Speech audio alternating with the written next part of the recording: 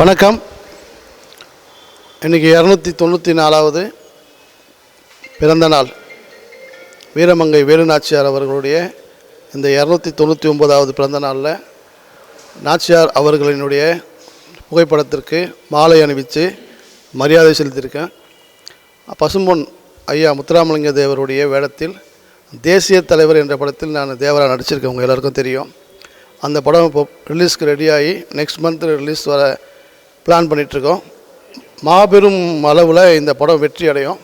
ஏன்னா ஐயாவினுடைய வாழ்க்கை வரலாறை முதல் முறையில் நாங்கள் திரையில் கொண்டு வந்திருக்கோம். இந்த படத்திற்கு எனக்காக ஒத்துழைத்த அனைத்து நண்பர்களுக்கும் நன்றி தெரிவிச்சுக்கிறேன். இந்த படம் முடிஞ்சு அடுத்த ப்ராஜெக்ட் நாங்கள் போகணுன்னு எல்லோரும் ஆசைப்பட்டாங்க.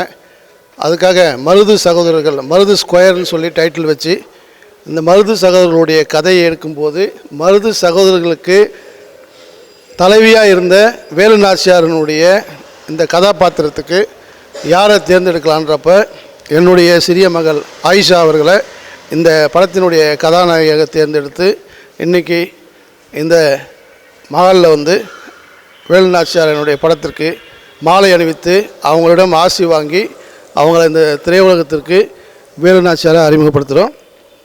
இந்த படமும் வெகு விரைவில் அடுத்த ஆண்டு திரைக்கு வரும். மற்ற டீட்டெயில்ஸ்லாம் வந்து நாங்கள் திருப்பி அடுத்த பத்திரிகையாளர் சந்திப்பில் கொடுப்போம். இப்போது என்னுடைய மகள் ஆயிஷா வந்து வேலுநாச்சியாரை அவங்களுக்கு அறிமுகப்படுத்தி வைக்கிறேன். நன்றி, வணக்கம். எல்லாருக்கும் வணக்கம். நான் ஆயிஷா பேசுகிறேன். ஃபர்ஸ்ட் டைம் வந்து இருக்கிறதுனால நர்வஸாக இருக்குது. வேலுநாச்சியார் அவங்களோட பயோபிக்கில் வந்து ஃபர்ஸ்ட் டைம் நான் இன்ட்ரடியூஸ் ஆகிறேன். இதை பற்றி எங்களுக்கு ஐடியாவே இல்லை. பட் அவங்க தான் வந்து ஃபர்ஸ்ட் வீர பெண்மணி, பிரிட்டிஷை எதிர்த்து போராடின பெண்மணி. அண்ட் இது எப்படி எங்களுக்கு ஐடியா வந்தது அப்படின்னு பார்த்தீங்கன்னா, டேடி கூட எப்போவுமே இருப்பார் அவர் ஃப்ரெண்டு சௌத்ரி அங்கிள், உங்கள் எல்லாருக்கும் தெரியும்.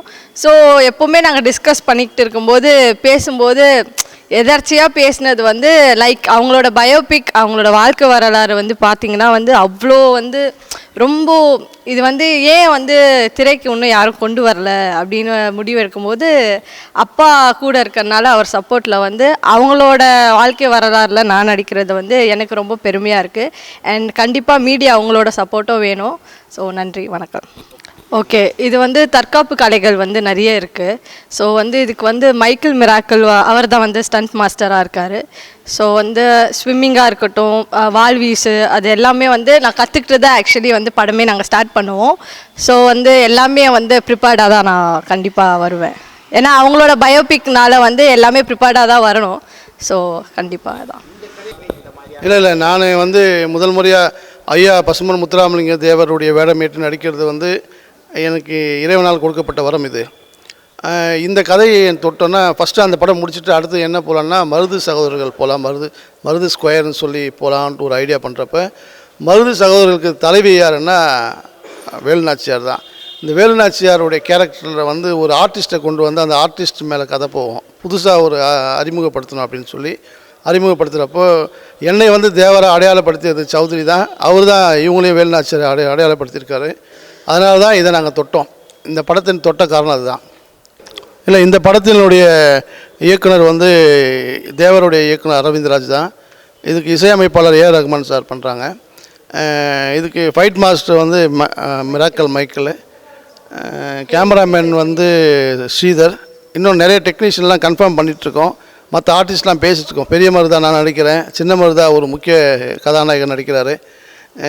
மற்ற விஷயங்கள்லாம் பேசிகிட்ருக்கோம். இதுக்கு அடுத்த கட்ட நகர்வு வந்து வெகு விரைவில் நான் உங்களுக்கு அனௌன்ஸ் பண்ணுவோம். இதனுடைய படப்பிடிப்பு முதல் கட்டம் வந்து லண்டனில் பிளான் பண்ணியிருக்கோம். ஏன்னா வெள்ளையர்களை விரட்டி அடிக்கக்கூடிய கதையாக இருக்கிறதுனால லண்டனில் ஃபஸ்ட்டு ஷெட்யூல் வந்து லண்டனில் பிளான் பண்ணியிருக்கோம். மற்ற டீட்டெயில்ஸ்லாம் ப்ரெஸ்ஸுக்கு விரைவில் சொல்லுவோம். நாங்கள் எனக்கு வந்து ஐயா பசும்பொன் முத்துராமலிங்க தேவரை தொடும்போது இளையராஜா சார் தேவைப்பட்டார். ரகுமான் சார் ஏன் தேவைப்படுறாருன்னா, இது ஒரு பெரிய பயோபிக் படமாக இருக்கிறதுனால பல 100 ஆண்டுகளுக்கு 294 வருடங்களுக்கு முன்னால் பிறந்த வேலுநாச்சியார் அவருடைய கதையை தொடும்போது இதுக்கு இன்டர்நேஷ்னல் பிராண்டில் எங்களுக்கு மியூசிக் தேவைப்படும். அதனால் ரகுமான் சார் நாங்கள் இதை